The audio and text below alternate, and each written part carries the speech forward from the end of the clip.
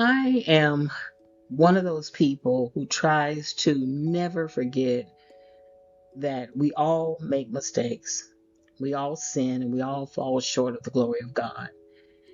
And it doesn't matter if you're young, middle aged, or old, every person makes a mistake. Sometimes that mistake is not intentional, and sometimes that mistake is not a mistake at all because it's a malicious, intentional, strategic act. So it's really not a mistake, but someone could be able to say it was a mistake. I didn't mean this, I didn't mean that, when all along they really did. And so in this episode, I want to talk about this claim that Oprah made about Whitney Houston. And the timing of this, I want you to understand, is very, very strategic. Okay. Oprah is a very intelligent person. She's a shrewd woman. You don't become a self made billionaire in this country without having to compromise some things because you're not going to be able, especially in the media business. Now, if she were a tech person, if she owned a pharmaceutical company, it would be different. But if you are going to be in the media business, you have to do some things in order to be of color and to be that rich and that successful in the business. And it's going to mean compromising some things that some of us would never compromise no matter what. There is no price tag, regardless of what people say. So I want to talk about some lessons we can learn. I'm very disheartened. I'm really sort of surprised, but then I'm not surprised. But I want to make it clear that I'm trying to focus on the lessons because I don't know Oprah Winfrey. I'm just giving my commentary about what we can learn from what she did, and that's what we're going to do. So, welcome to Bad Thought Therapy. I'm Sherry Hardy. I want to thank you for listening and learning with me. If this video empowers you or makes you think, it's provocative, thought provoking, don't forget to like the video and subscribe to my budding YouTube channel. Let's get going with this lesson.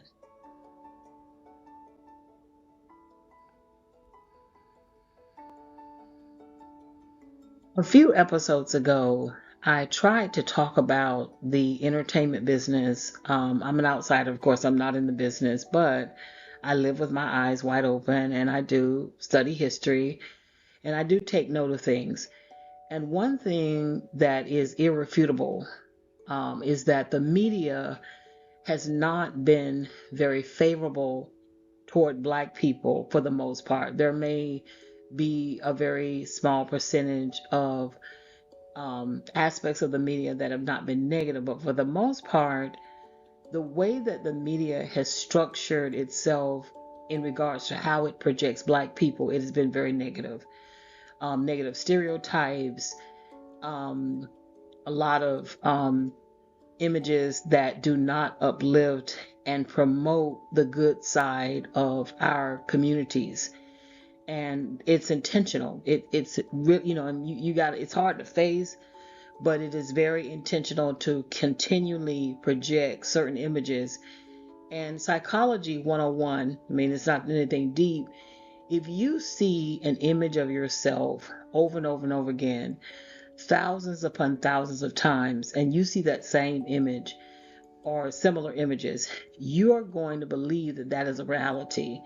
And that's what the entertainment business has purposely done. I'm getting ready to do an episode about a comment that a actress made, and she's in the entertainment business.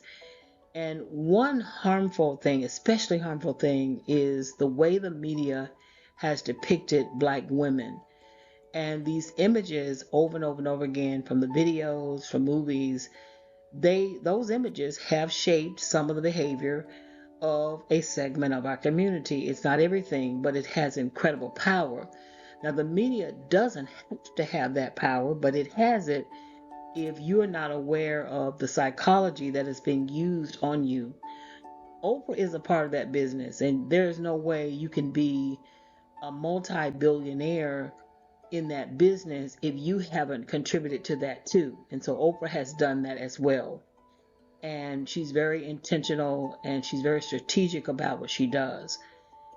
As you probably already know, she publicly made an announcement or claim when she was being given an award. And I have to be honest, I didn't see the whole interview. I don't know how Whitney Houston's name came up in the conversation, like what would be the context. But I do find it interesting that Clive Davis, who was instrumental in Whitney Houston's career, shaping her career, died, and then Oprah makes this comment. And I do think that it was intentional and it was strategic and it was to be used as a distraction because many people who are in the business, we found out like from Sean Combs' situation, other situations that are coming out, there's a very dark side to the entertainment business. And anybody in media, entertainment, it's all the same. um, there's a dark side, and you can't be an insider. You can't be rich and not know about it. And so there have been a lot of rumors circulating about Clive Davis and his involvement, maybe with Sean Combs. There's some artists have publicly talked about how Clive Davis or other historians, like musical historians, they talked about how he changed the music industry, particularly for Black people. So there's been a lot of negative conversations about Clive Davis, and Whitney Houston might come up in those conversations because, basically he shaped her career and it was apparently different from the way things were done before, like with Motown and some other big record labels. So for Oprah to bring up this secret, so called secret, that she kept for over 20 years is not by accident. It's intentional, it's strategic, and it is disheartening, but she's a part of that culture. She's a part of the business. And maybe in her mind, and I think she's tried to be in that business and, try to take the money like a Robin Hood. I'm going to get the money from here and give it over there. But you can only give it to certain spaces anyway, because giving money to colleges may sound like a noble thing and it may sound wonderful, but giving money to colleges doesn't really the change people's lives. Doesn't really hit our community. Like now, if you built a apartment complex and you provided affordable housing, if you had built your school in America, it would be different. So I see Oprah for who she is, and I understand exactly why she does what she does. And she can't get out now. She's a part of their club, and she's like a rose on a cactus plant. She's got in that club, and she is somebody different. They've decided to let her in, but she has to still play the game that she plays. And that is why she brought up this story about Whitney Houston collapsing or falling off stage and that she was high. And this is the thing, we still love Whitney. It is sad. It's sad that if she did fall, if she was high, that's sad. But we knew that Whitney Houston struggled with drugs. And anybody who knows just even the basics about drugs, it's very hard to get off. That's a hard battle to win. That's a hard war to win. And so I wouldn't be surprised. I just find it so disheartening that Oprah, at her age, at 72 years old, she would feel the need to share that secret now, right after Clive Davis died. And she really did that to show her loyalty and her allegiance to that group, that secret. We call it my house. We call them the network. That network of people who are really controlling things, and they control the media and try to control the narrative so that they can control your everyday life and what you think about yourself. And so that is the strange strategy that she's using. Some of us can see it better now because she doesn't have her show anymore. I was one of those people, like her show came on ABC at 4 o'clock where I lived. And I was glued to the television. I remember there were times when I would just leave work to come home to see her show. And I was, and learned a lot. She had a lot of guests on there. And, some people have been critical about the way she did her interviews. I haven't been as critical of that. Some interviews are sort of interesting, like the one she did with Dave Chappelle. She didn't ask the kinds of questions that I thought she should have asked. She didn't seem to understand why Dave Chappelle would not take millions of dollars to turn against his own people, which should have been revealing then. But you just need to understand it's a strategy. And so let's get into some lessons that we can learn from that.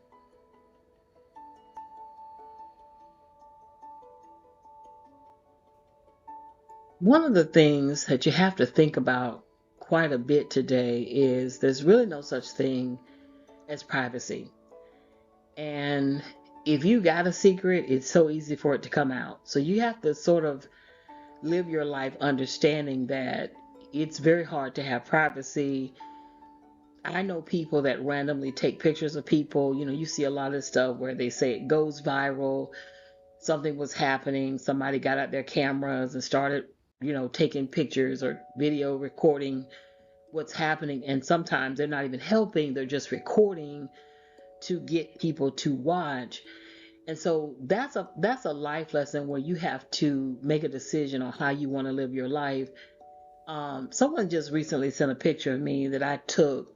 Let me see, my daughter's 36. This picture was probably 20 years ago. I mean, I can't even keep up, but it was a while ago. And I looked awful.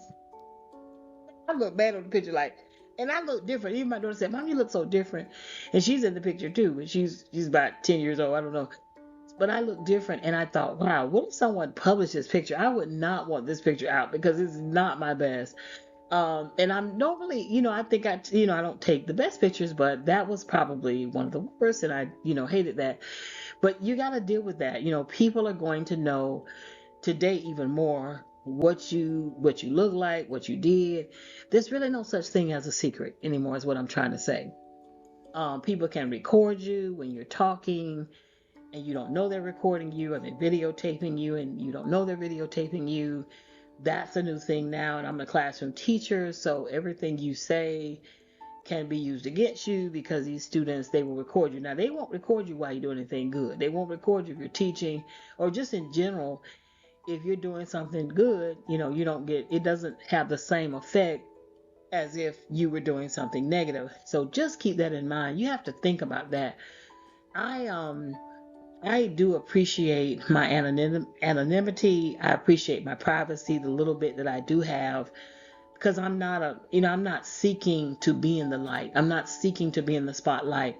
There are some people who are doing that because they're in the entertainment business, and that goes with that. But if you're just a quiet citizen and you want a quiet life, you just have to keep that in mind. I go through sometimes when I wish my podcast would grow a little bit more, but then I'm like, you know what? If it grows more, I have to, the more you put out publicly, the more is expected of you. So just keep that in mind if you're a person and you got some secrets. Another thing is you have to make peace about your secrets so that you don't attach the shame to yourself that other people try to attach to you. Shame is an emotion that people try to place on you, to highlight your mistake, your flaw, something you did wrong, something you did bad. And I need to really, I did an episode one time on shame because a lot of people suffer from it. They spend so much time trying to hide, trying to keep a secret, and trying to work through the shame because they did something wrong. But here's the brutal reality. When I opened up this particular episode, we all fall short. Everybody has secrets. Some people have not only a skeletons in their closet, they've got a graveyard in their closet. Everybody has something that they've done they're not proud of. They don't really want people to know. But I'm telling you, sometimes you just have to come and you have to say, you know what, I did it. I can't do anything about it now. I can't reverse time. I can't go back and undo my mistake. This is what I did, and I'm not happy about it, and I'm going to move forward regardless of what anybody else says or thinks. And that's the thing about this whole thing with Whitney Houston. Like, no one changes how they feel about Whitney because they know this so-called secret. She says that she asked the audience not to share what happened, what they saw. And I'm surprised that an audience member hasn't come out and said it all these years later. But again, the reason why Oprah did it at that particular time is because she's trying to make sure you don't focus on Clive Davis, whose reputation is tarnished with a lot of darkness, and even more has come out. I mean, people have, I mean, I've saw a few videos that are just actually absolutely spooky. Phyllis Hyman, who allegedly committed suicide. Someone was saying, well, maybe she didn't, and it gets real ugly. So you just have to understand that people will tell your secrets. If you have a secret, you gotta deal with that yourself. I found at my age, because I'm over 60, when you deal with your own mistakes, your own flaws, your own shortcomings, and you deal with them and you go to God about those things and you make peace with God, it's very difficult for people to use all that against you. They will try, and it will hurt, and it may sting a little bit because you don't want to face backlash. Sometimes it's not even public backlash. Sometimes it's just, it could be among your family. It can be on your job. There's something you might not want known, but when it is known, it's known, and there's nothing you can do to undo whatever has been done. And I know I talk about a relationship with God, and I just want to end this episode with, again, some things you can do to strengthen your relationship, because God is real. Man did not make the sun. He didn't make the moon. He didn't make the stars. He didn't make the planets. There is something greater than we are. And that being that we call God is real, and he longs to connect with you. There's a part of us that is spiritual. We are not just mind, we're not just body, we're also spiritual. And until you make that connection and feel that space that is only for God in your life, in your heart, you will never ever feel complete. You will never feel the full extent of joy that you can feel. And the beautiful thing about God is that He loves you unconditionally. He may not like the mistakes that you make. He does not, he's not feel good about the sin that you engage in, but He loves you. And He wants you to stay connected to Him. He wants you to seek His face. He wants you to live the life that He planned for you, because after all, He's the one who made you. You don't come from your parents, you come through them. You came from God. And religion, bad religion, and I know I talk about this a lot, but it's such a big deal because it's hurt so many people. So many people have been lost because of bad religion. Bad religion has gotten in the way of people having an authentic relationship with God. I want to say, as a witness, God wants you to have a relationship with Him. That's personal. That is something that you do directly with God. I can't know, if I want to know, let's say, Michelle Obama, I can talk to everybody who knows Michelle Obama, but I would never know Michelle Obama until I talk to Michelle Obama herself. It's the same thing with a relationship with God. You got to talk to God for yourself. That's how relationships are strengthened. And in the spiritual world, we call that prayer. And it's simply you talking to God. It's just like you're having a conversation with a friend, and that friend is listening to you. That friend cares. But then take that times countless. You can't even count it. Think about God just listening to you 24/7, 7 days a week. You can be anywhere. It doesn't matter what you have on. It's not about a certain time. It's about you just understanding that the one who made you is the one who will always be there for you no matter what. I'm not against therapy. I get therapy now more than ever. Therapy is really an opportunity for people to have a chance to talk to somebody who can talk back. And I know that's a need for some humans to have a human being listen to them, knowing that that human being is there and they can respond. God is a spirit, so when He's speaking to you, He speaks to you through your heart. You can feel His presence. Yes, you can actually feel the Holy Spirit in a place when you truly consecrate yourself and you create a holy atmosphere where He can be present. You can feel God's presence. But when God is speaking to you, He speaks through your heart. When you go to Him with questions, He gives you answers, and the answers come to your heart. When you're not asking for anything, you just want to settle with God, you want to be grateful. I'm a person, I know that I would not be here without the grace of the Most High God. My daughter and I were talking about different situations and my angels, and how, I was in a car accident. This was over almost 25 years ago. And my daughter, who had always sat in the back seat on the passenger side, that particular day, she said, "Mom, can I sit behind you on the driver's side?" And that day, a truck hit us, and I could have died. We could have died. And it was just a miracle how God just moved, and the Holy Spirit moved, and the angels were sent to protect me and protect us. And I walked away with that with hardly a scratch on my body, and that my car was total, and I could have been, there was almost a head on collision. God is real. And I can tell you that, but only you can know that for yourself if you will try Him. If I made a cake and I told you this cake was good, the only way you know it was good is if you had it yourself. I made a sweet potato pie today, and I thought it was decent. And I could tell you it was good, but guess what? Until you take a bite yourself, you would never know.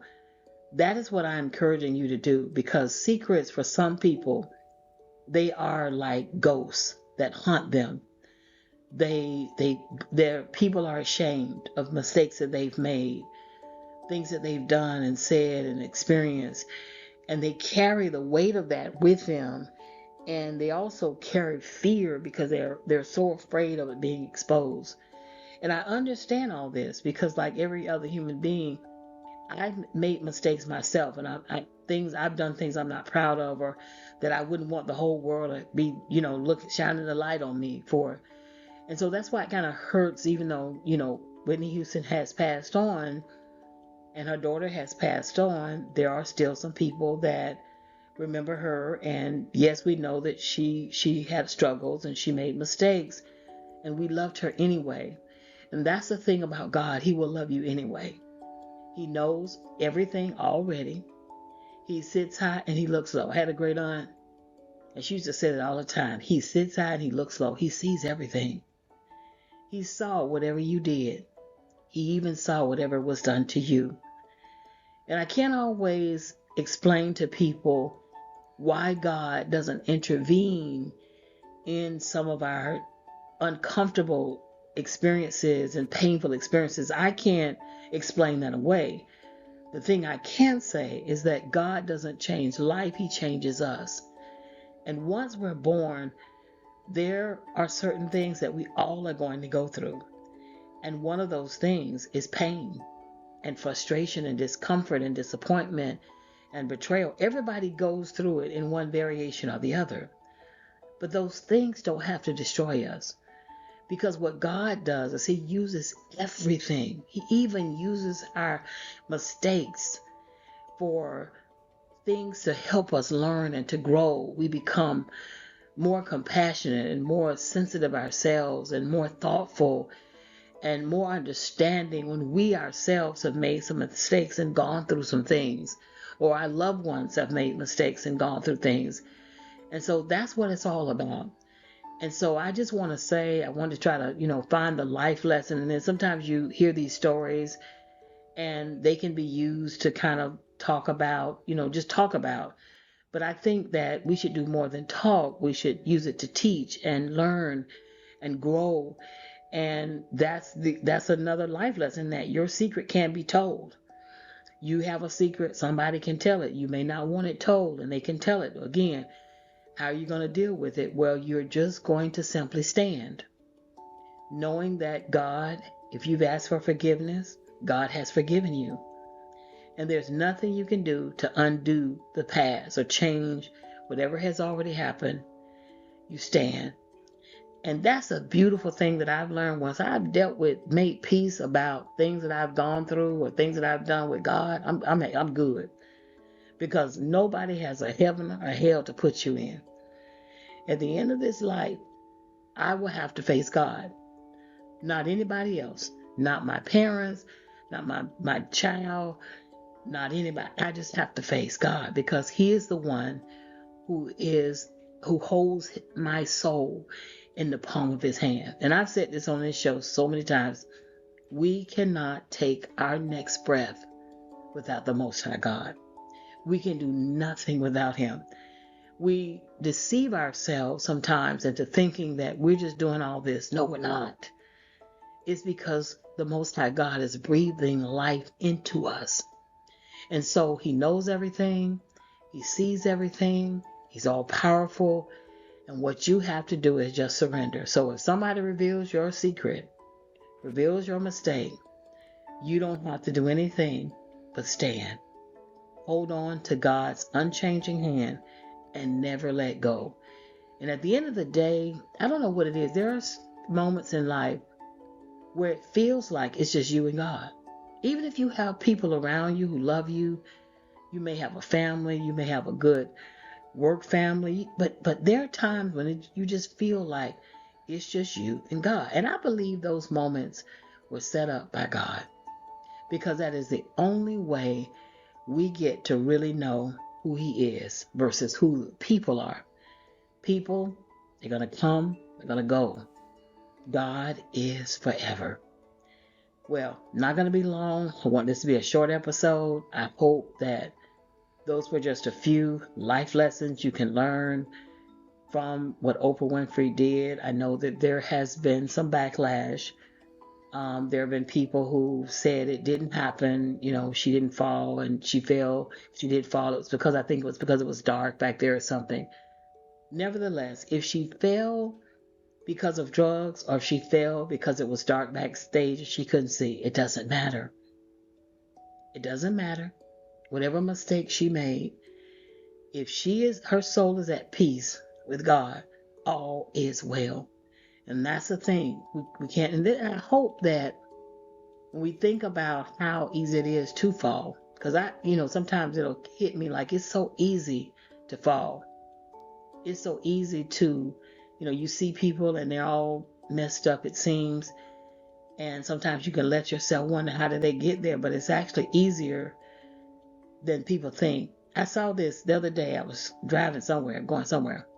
What was I going? Car dealership. And I saw this young man walking.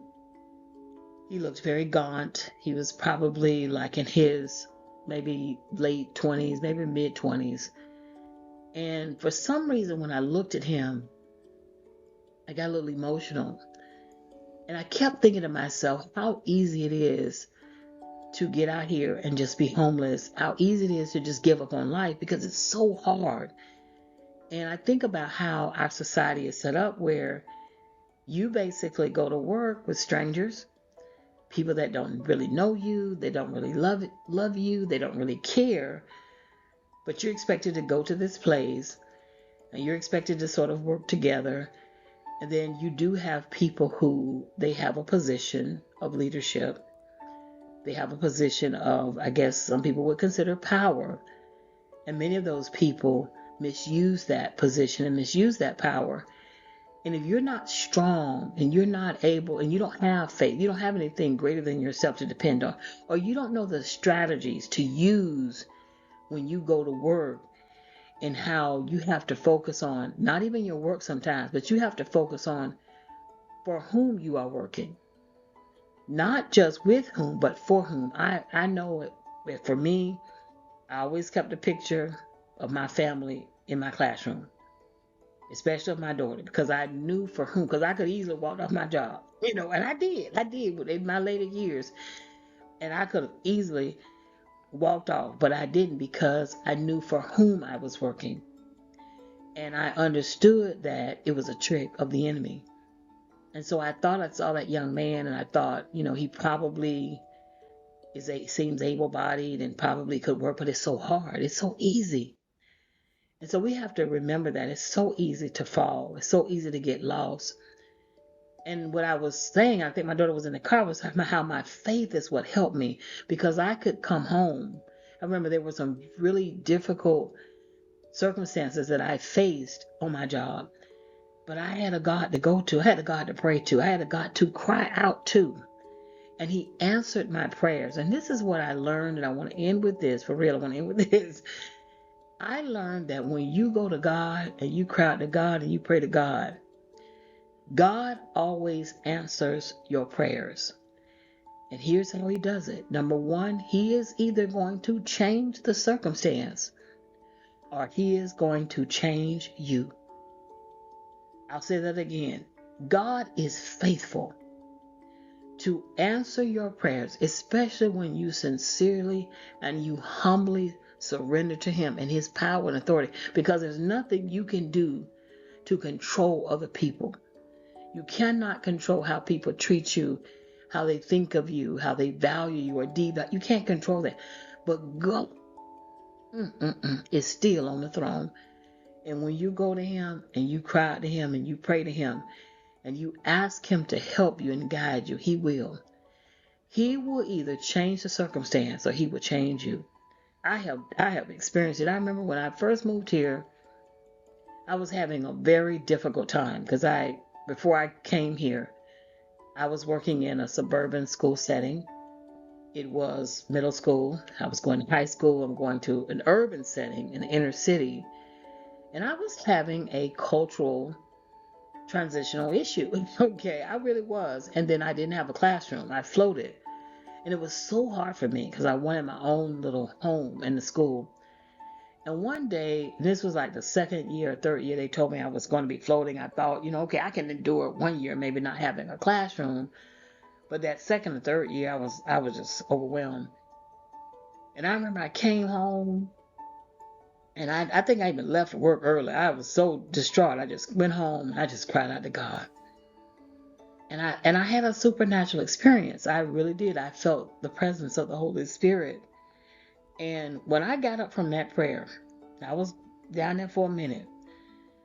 I just felt different. My circumstances didn't change. And I remember that year that I floated, the last year that I floated, it was like it was easy. It was like I can't, it's really not explainable. It's just inexplicable, the fact that I was able to do it and still not feel all that anguish that I was feeling of having to move my things around, and I wanted to teach a certain way, and sometimes you don't have all your materials in one spot when you're floating. And all I know is God changed me. He changed me. And eventually he changed that situation and that circumstance. And that's what he will do. I'm telling you this because I feel like somebody needs to know it. And I'm telling you that God is real. And whatever, again, we're talking about secrets because we were talking about a so-called secret that Oprah kept for over 20 years that she decided just to now share right after Clive Davis died. But you need to know that God will heal you from those secrets. And there are things, I remember when I was, as a parent, I wanted my daughter to not go through some of the things that I went through. I feel like some things we don't have to go through if we have the information and the tools and the strategies not to go through them. And I remember being ashamed of telling her something about some of the mistakes I made. And I told her, I said, look, I don't really want to feel comfortable, but I got to tell you this because I don't want you to suffer needlessly as I have suffered. And so, but I had made peace with God, though. I had already made peace with God. And when you make peace with God and you understand that he is the only judge, that he's the only one that can be a judge, you can live a whole different kind of life. So, well, I hope this episode bless you. And I thank you for listening again and learning with me. Don't forget that you can email me at thatthoughtherapy@gmail.com if you have any questions, comments, or you would like to do a show together. Well, take care.